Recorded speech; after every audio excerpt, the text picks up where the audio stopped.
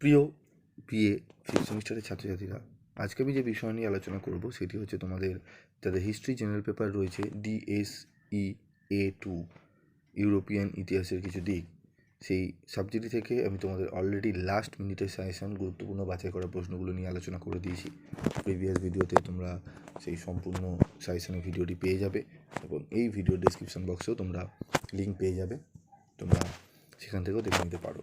তো আজকের এই ভিডিওতে কী আলোচনা করব? আজকের এই ভিডিওতে আলোচনা করব 5 নম্বরের দুটি গুরুত্বপূর্ণ প্রশ্নের উত্তর নিয়ে, সম্পূর্ণ উত্তর নিয়ে।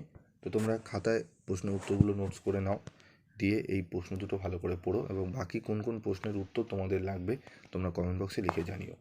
তো দেখো, নাৎসিবাদ কি? জার্মানিতে নাৎসিবাদের উত্থানের কারণগুলি আলোচনা করো। এই প্রশ্নের উত্তরটি তোমরা দেখে নাও এবং তোমাদের যারা চ্যানেলে নতুন তোমরা তারা চ্যানেলটি সাবস্ক্রাইব করে পাশে থাকা বেল আইকনে ক্লিক করে রেখে দিও, যাতে যখনই আমি তোমাদের জন্য ভিডিও বানাবো তার নোটিফিকেশান তোমরা সহজেই পেয়ে যাবে। এবং তোমাদের আরেকটি কথা বলবো, যারা ফিফথ সেমিস্টারে এখন পড়ছো, তোমাদের সিক্স সেমিস্টারে পড়া যখন উঠবে তোমাদের এক এক করে প্রত্যেকটা সাবজেক্টেরই সিলেবাস, বইয়ের নাম এবং সাজেশন বলে দেওয়া হবে। তো ফিফথ সেমিস্টারের পরীক্ষাগুলো ভালো করে দিও, প্রিপারেশন নিও। যদি কোনো জায়গায় কোনো কিছু আটকায় তোমরা অবশ্যই আমাকে জানাবে কমেন্ট বক্সে। তো নাৎসিবাদ কি? জার্মানিতে নাৎসিবাদের উত্থানের কারণগুলি দেখে নাও। ভূমিকা, ঠিক আছে।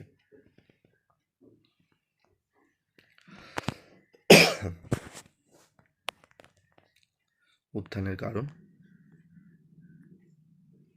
জার্মানিতে নাৎসিবাদের উত্থানের কারণ: হিটলারের উত্থান।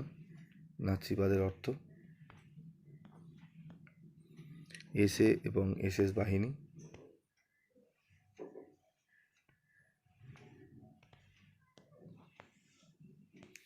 ক্ষমতা লাভ,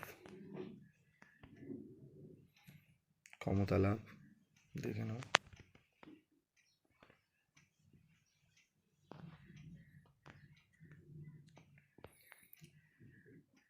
উপসংহার: নাৎসিবাদের বিরোধিতায় ঐতিহাসিকরা সফল থাকলেও এটা ঠিক হয় যে এই দল আন্তরিকভাবেই জার্মানির যাবতীয় কলঙ্ক মুছে ফেলতে চেয়েছিল।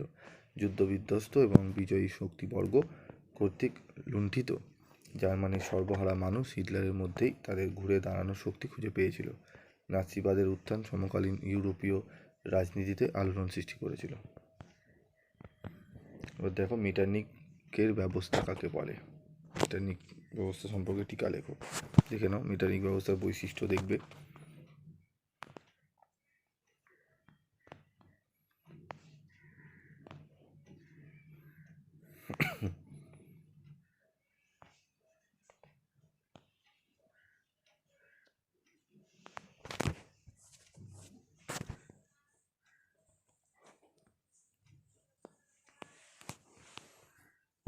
মূল্যায়ন: এইভাবে 1815 থেকে 1848 খ্রিস্টাব্দ পর্যন্ত মেটার্নিক ব্যবস্থা চলেছিল এবং তারপর তার পতন হয়। মেটার্নিক ছিলেন পরিবর্তন বিরোধী এবং এই নীতি তিনি অস্ট্রিয়ার সাম্রাজ্যের সাথে অনুসরণ করেন। তিনি বুঝতে পারেননি যে প্রগতিশীল চিন্তাধারা সমগ্র বিশ্বে ছড়িয়ে পড়েছে।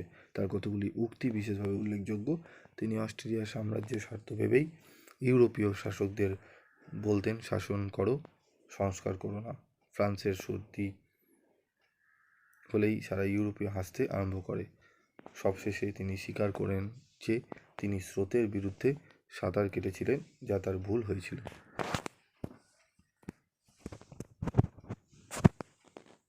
তো এই দুটো উত্তর তোমরা ভালো করে নোট ডাউন করে নিয়ে পড়ো এবং আরও কোন কোন প্রশ্নের উত্তর তোমাদের লাগবে কমেন্ট বক্সে লিখে জানিও।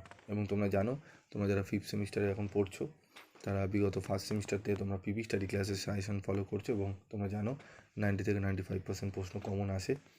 এবং ইতিহাসের যেহেতু রয়েছে সেখানে প্রিভিয়াস ইয়ারে আমার কিন্তু 70% কমন এসেছিলো। তার কারণ প্রত্যেকের সাজেশনই কিন্তু যারা যারা করেছিল সাজেশন কিন্তু সেরকম মেলেনি। ঠিক আছে, তোমরা প্রিভিয়াসের ভিডিও দেখবে, ফোর্থ সেমিস্টারে কিন্তু 70% মিলেছিল। তার কারণও রয়েছে, এত ছড়িয়ে গেছে সাজেশন, আমরা এত আগে দিয়ে ফেলেছি। যিনি কোশ্চেন করছেন তিনি কিন্তু আমাদের সমস্ত ভিডিও কিন্তু তাঁরও চোখে পড়ে। তো কোশ্চেনগুলো সেইভাবেই সেট করা হয়। তো যতক্ষণে না কোশ্চেন পেপার সেট হচ্ছে ততপর থেকে সাজেশন দেওয়া আমি অনেকটাই অফ করে দিয়েছি। কোশ্চেন সেট হলে ক্যালকাটা ইউনিভার্সিটি তবেই আমি তারপরেই তোমাদের কিন্তু সাজেশন দিয়ে থাকি এখন। তো যাই হোক, তোমরা চিন্তার কোনো কারণ নেই, এবারে তোমরা ভালো করে পড়ো, আশা করি তোমাদের ভালো রেজাল্ট হতে বাধ্য। আজকের মতো এটুকুই, দেখা হবে পরবর্তী ভিডিও ক্লাসে। সকলে ভালো থাকবে, সুস্থ থাকবে এবং অবশ্যই পিবি স্টাডি ক্লাসের সঙ্গে যুক্ত থাকবে। তোমাদের চেনা জানা যারা বন্ধুবান্ধব রয়েছে তাদেরকে শেয়ার করো, তাদেরকে বলো চ্যানেলটি সাবস্ক্রাইব করে পাশে থাকা বেল আইকনে ক্লিক করে রাখতে।